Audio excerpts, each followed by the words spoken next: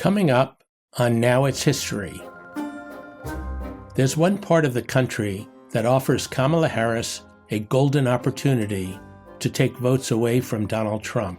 In the mainline Philadelphia suburbs and the suburbs outside of Atlanta, Harris is hoping that she could at least equal or exceed what Clinton and Biden did. So that's where it's going to be won and lost. Why people in Poland care deeply about what happens in New York State's congressional elections this year. I've talked to a reporter in Warsaw, Poland. He said, depending upon who's elected and what the country decides to do in terms of supporting Ukraine, we could be next on Putin's agenda. It's deadly serious. It's going to have an immense international implication. What makes voters in the American suburbs different? They tend to shy away from extremism of any stripe. So the party and the candidates that come across as a little too far out there make them nervous, are potential threats to that quality of life.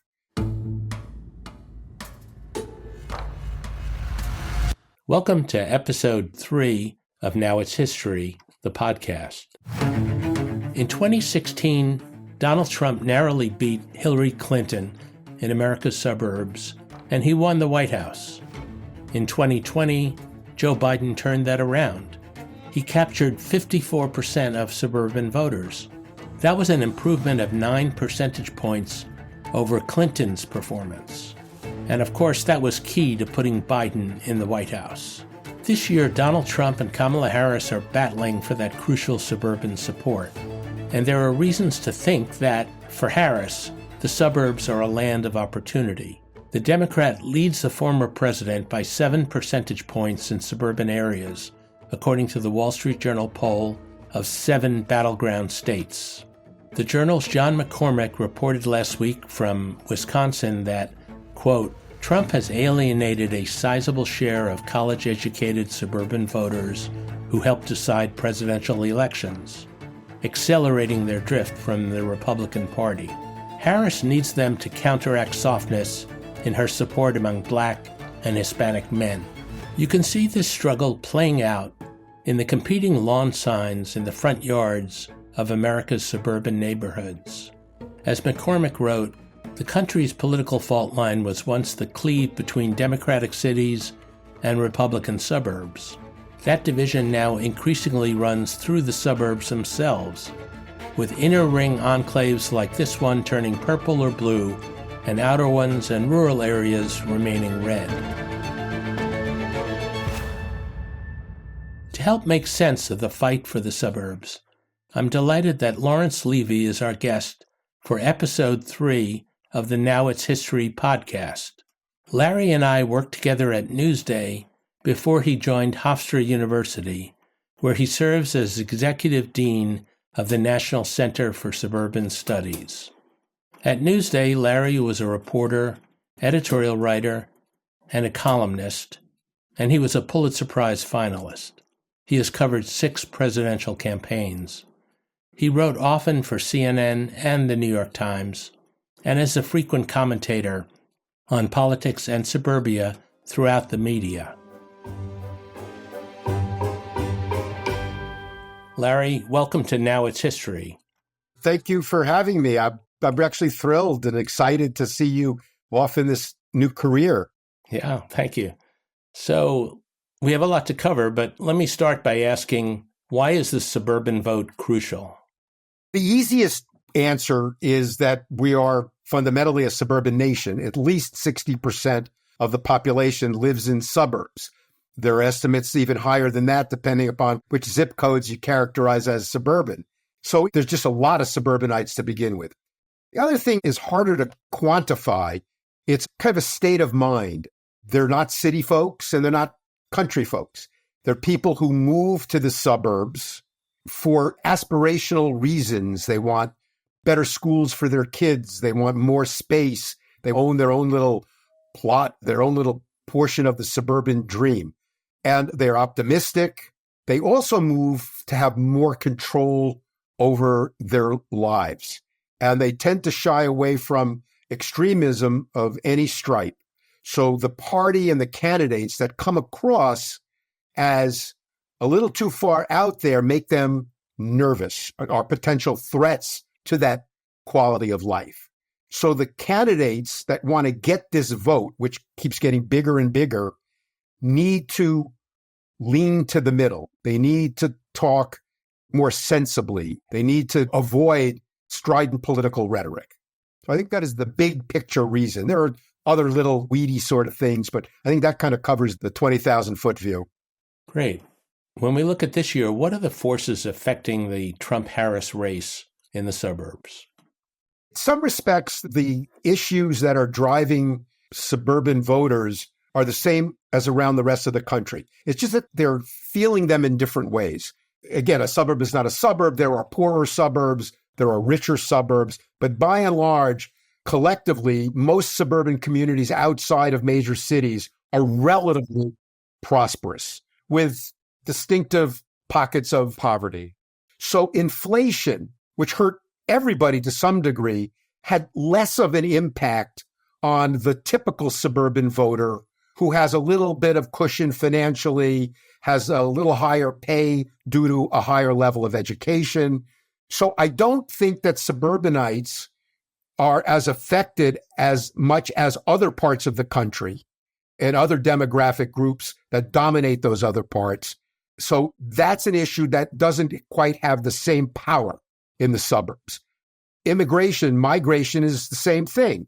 If you are in a suburb outside a city that had some particularly dramatic examples of migration, that made people go, oh my God, this is horrible, you're going to know about it in the suburbs because you're captive to the city's media. Even if you don't see a migrant in your suburban community, you do see it on the television for certain periods every day. And of course, during political advertising, you're getting kind of a hyped up version of that. So again, they're getting it secondhand, and some people buy into the hyperbole and some people are a little more skeptical of it. And when it comes to crime, it's the same thing. The big three is immigration, economy, and crime. When you poll suburban voters in a lot of areas, especially in the inner ring or collar suburbs close to cities, the level of fear of crime and the gap between perception and reality, that a lot of these suburbs have the lowest crime rate of any relatively dense area, is striking. Take Long Island, where I'm based. People are reading and watching about New York City crime, which is actually relatively low for a big city. It's the old idea on local news, if it bleeds, it leads. And they're experiencing this visually, but not in their own community.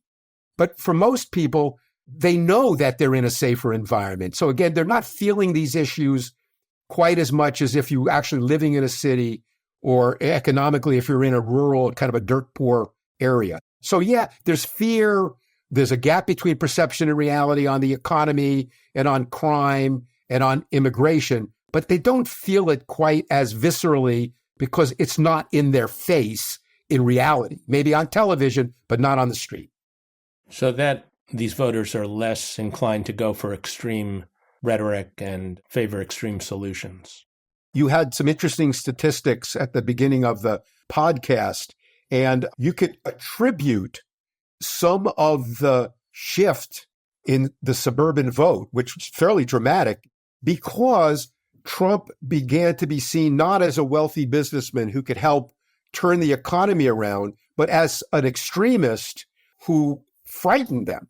And this was particularly true of a swing vote within suburban women. There are plenty of deep blue, bright red women, but there's a preponderance across all demogroups in the suburbs of moderates, purple people, we sometimes call them. And women in particular, the shift among women was 16, 18 points from 2016 to 2020. And based on current polling, those numbers are holding up. And if Harris can improve on them and other demographic groups like Black voters, a lot of people still embrace this myth of wealth and wellness in the suburbs, that they're predominantly white, that everybody's got money, everybody's healthy, when it's just not true. again, look at Long Island, America's first suburb. A lot of people are familiar with it. More than half the school children, 500,000 school children, are non-white. More than half the districts in Suffolk County, where the Hamptons are, and below the state's average for wealth for families of students. It's a whole different landscape. So there are increasing numbers of particularly Hispanic voters. Black voters are holding their own, they're not growing, and Asian voters.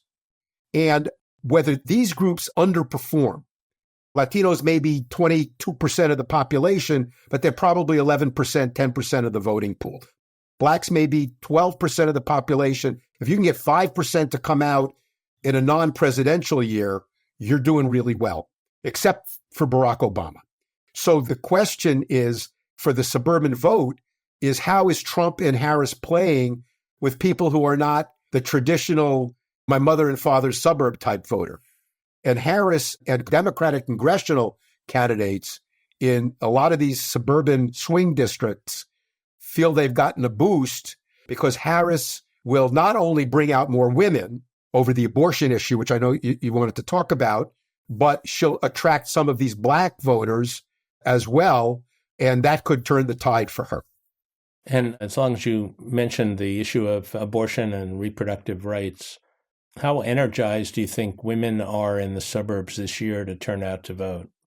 It's pretty clear, and I never say he doesn't know what he's doing, but based on Trump's language, his focus seems to be saying, I've pretty much given up on winning back any of the women who I lost in 2020, and I'm going to go with what some people call the bro vote. I'm going to go with my MAGA loyalists and hope that I can somehow depress turnout among these soft Republican independent women, do that by just getting everybody disgusted in the process. And I think he understands that women really are energized over abortion, reproductive rights, but not just that. It's the style and some of the substance. And this is a concern for Republican congressional candidates in these swing districts as well. They're concerned that they'll have people in the voting booth who don't usually vote, voting for Kamala Harris and going right down the line with Democrats. If you were running the campaign for Harris in the suburbs, how would you try to sway the voters? I would continue to pound away at abortion, even though I know it's bothering some progressives, enlist Republicans who are respected for their reasonableness and help enlist Republicans in these suburban areas, or certainly independents. Liz Cheney, for example. I think that it depends where you are, what the suburb is. Suburbs in general may have some common characteristics, but it's not a one-size-all situation. Great example, Michigan, swing state, the election could run right through it. There are two suburban counties outside of Detroit. One is Oakland County, Michigan, not California, and the other is Macomb County. Listeners may remember that this was the focus of a documentary. Michael Moore. Yes. So Macomb County was the subject of a documentary by Michael Moore, and the focus was on a blue-collar Democratic Union county and how they were leaning towards Ronald Reagan, the so-called Reagan Democrats. Bill Clinton brought them back into the party for a number of years. Oakland County was the white shoe, wealthy Republicans that the party could always count on. They were Romney, McCain, Bush Republicans. It's flipped. Macomb County is voted Republican. Same demographic. Demographics haven't changed very much. Still a blue-collar union town, a little more minority than it had been. But they went for Trump, and Oakland went decisively for Clinton, Biden, and probably will for Harris. And this is true. There's a number of examples of that. And the challenge for, of course, Trump is to not do any worse than he did and count on an even bigger turnout in the non-suburban areas or the MAGA people within the suburbs, of course.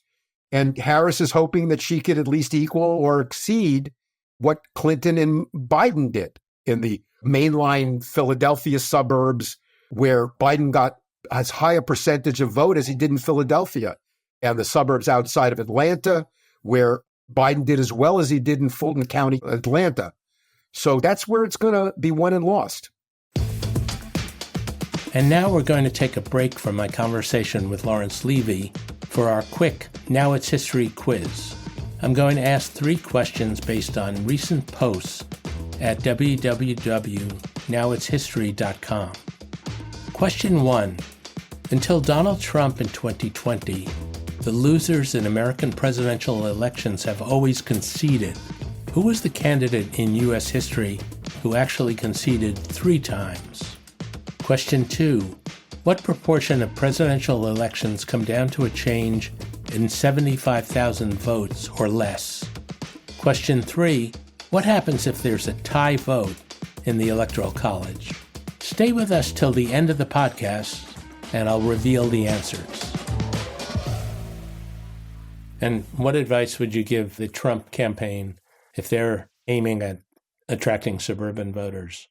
If it weren't too late, I would stick strictly to the economy. I would stick to immigration and crime, but not in quite a dark, angry, hyperbolic way. That is a turnoff.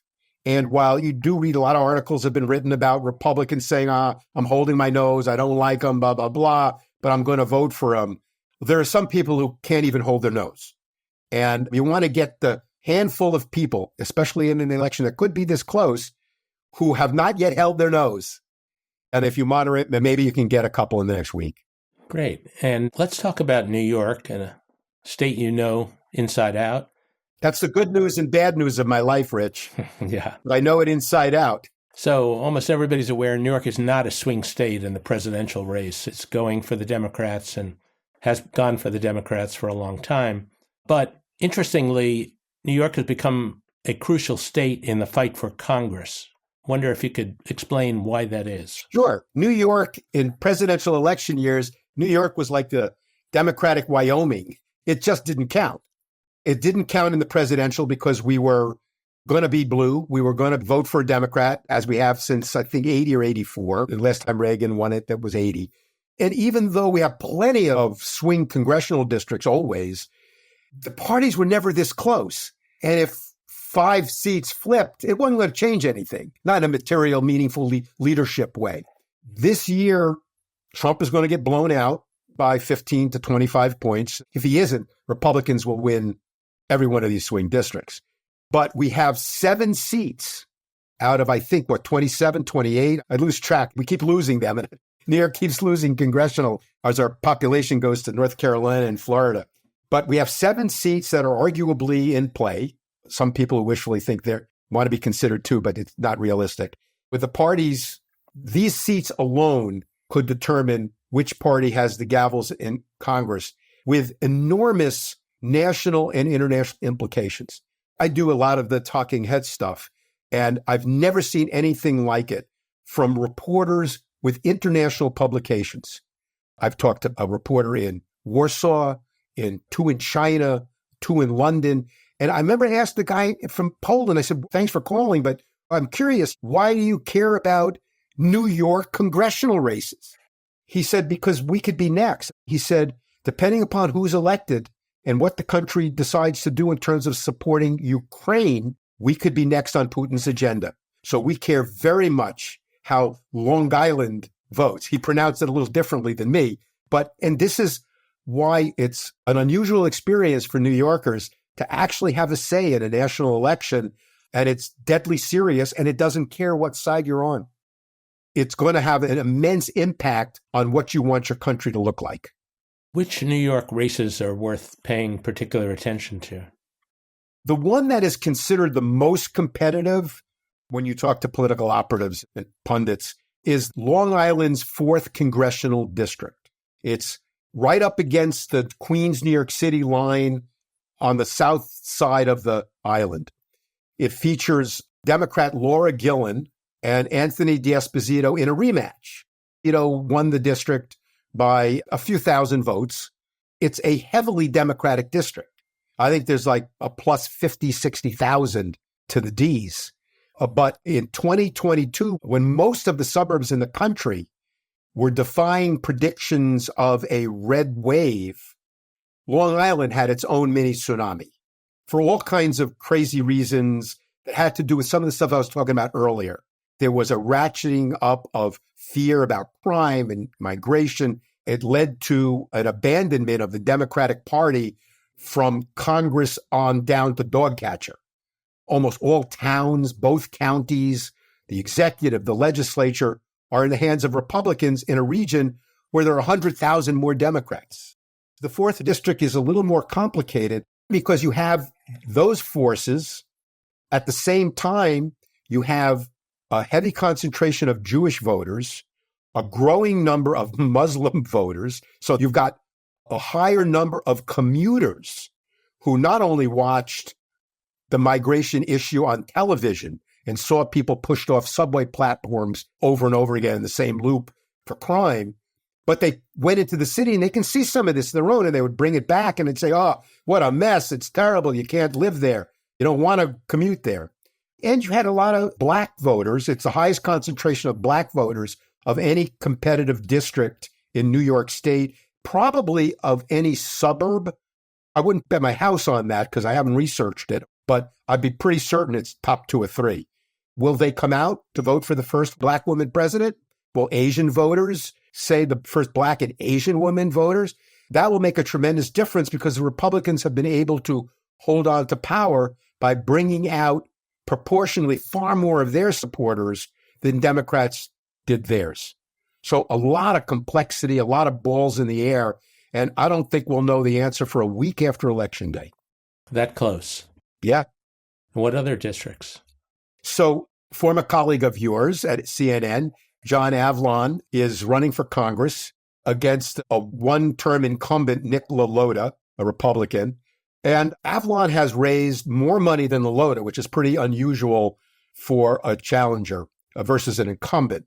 He has the kind of media skills to create and sustain a buzz that's a little louder than the typical challenger. And he's been able to benefit from a locally unified Democratic Party, which out there is very unusual. Everybody's always fighting with everybody at the town and village level. Even saying that, until Harris ascended to the top of the ticket, I think it was fair to say that his chances were at best slim to none.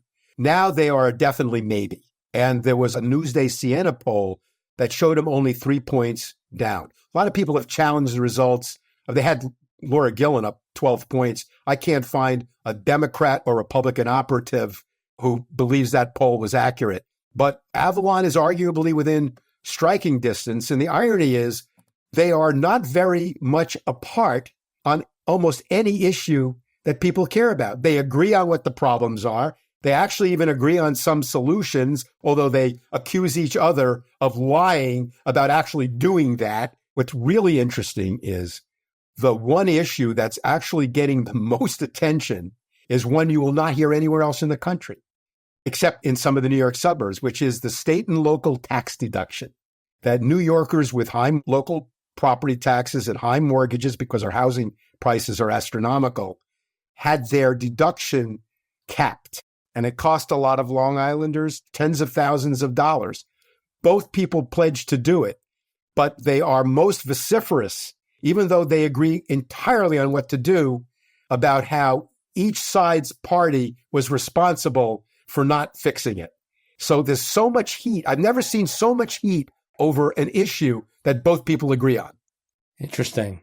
Then there's Tom Suozzi, who I don't think is in a very close race, but I'm interested in his approach because he doesn't emphasize being a Democrat, and his slogan for the reelection campaign is, let's fix this.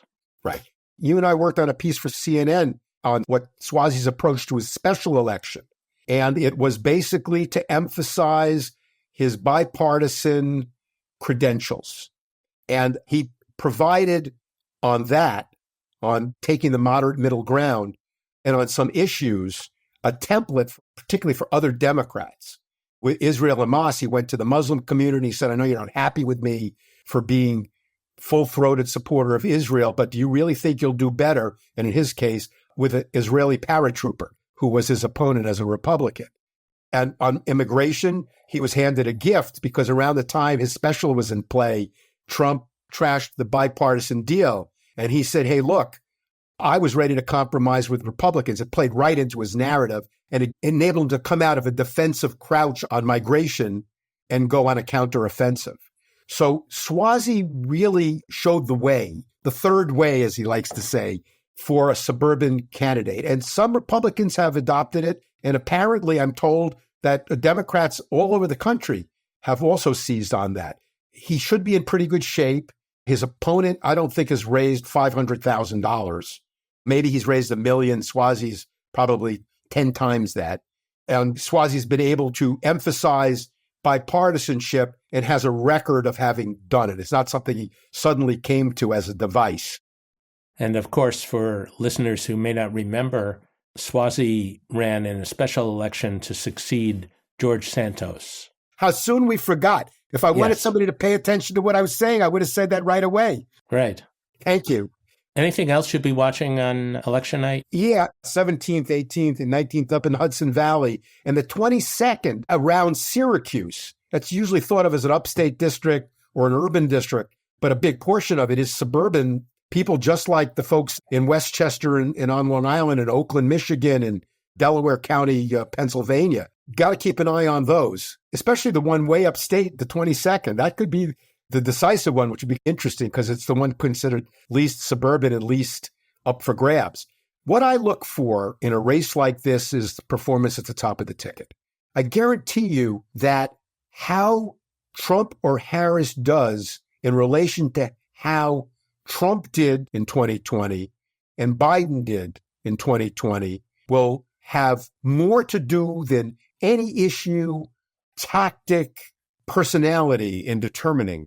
So I'm going to look for turnout in a handful of bellwether districts and counties. I'm going to dial up the Michigan Board of Elections to see what's doing in Macomb and Oakland counties, Waukena outside of Milwaukee, and a couple of districts in Orange County, California. Big time important. And interesting, this year, there actually are more districts than usual that are not suburban that are in play for all kinds of weird reasons, but most of them are substantially suburban.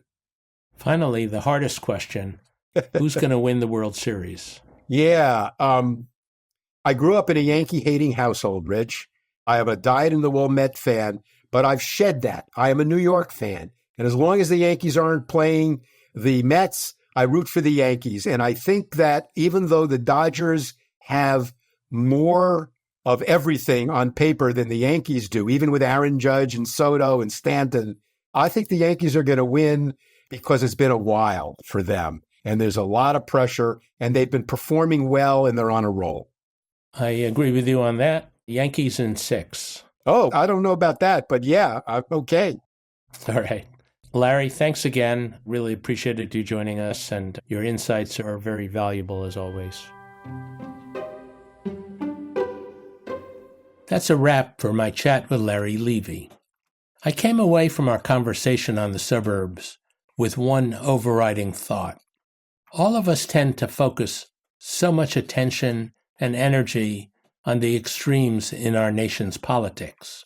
Much of the news coverage, many of the pitches we hear from candidates, the ads we see online, they all focus on the most divisive issues.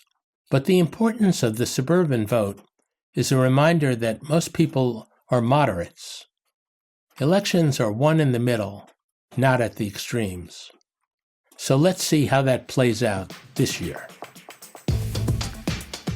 And here are the answers to our Now It's History quiz. Question 1. The candidate who conceded in 3 presidential elections was William Jennings Bryan. Question 2. What proportion of presidential elections come down to 75,000 votes or less? The answer is half of all presidential elections. And question 3. If there's a tie vote in the Electoral College, the president is chosen by the House of Representatives, with each state having 1 vote, and the vice president is chosen by the Senate.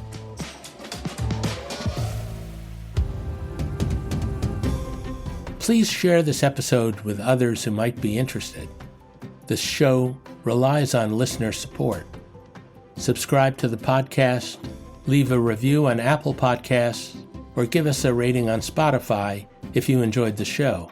Next time, we're going to look at the fascinating life story of John Hancock, who made sure that you couldn't miss his signature on the Declaration of Independence. Thanks again for joining me, and I want to especially thank Jason Sanderson for his production and editing work on this episode. We'll see you on the next page of Now It's History.